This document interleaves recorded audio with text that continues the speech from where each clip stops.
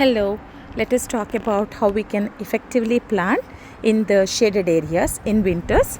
Or another thing is why I prefer to buy seedlings as well, along with sowing the seeds. Either buy or say seed start your own seedlings much before, however it is, either seeds or the saplings. I prefer to do both, and the reason being, like I mentioned in the previous videos, all this area gets very little sunlight, especially during the winter seasons, and it takes a very long time for the seeds to sprout in these areas. But I definitely don't want to leave the soil bare. I want something or the other growing.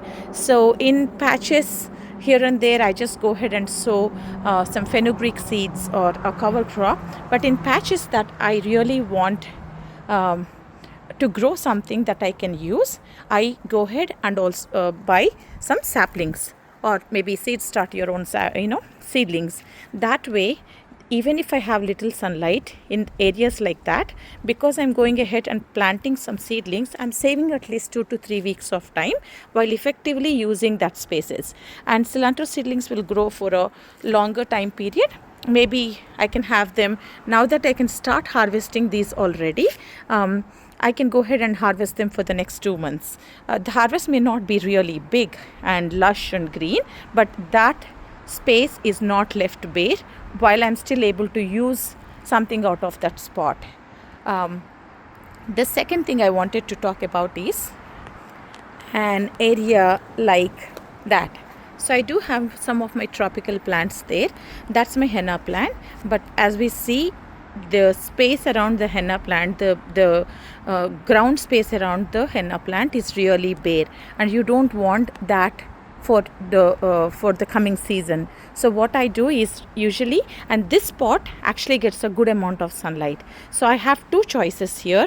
One is to either sow seeds all along that area, a nice thick lush blanket of seeds, which won't grow too big, or it's fine if they grow big too. Or I can go ahead and plant some saplings right there. That way I'm providing the warmth much faster. I do not worry about providing nutrition for that plant right now, or growing the henna plant right now in the coming season. All the focus is all about keeping it warm. So to keep it warm, I'll go ahead and plant either a cabbage, because the cabbage is really going to grow big.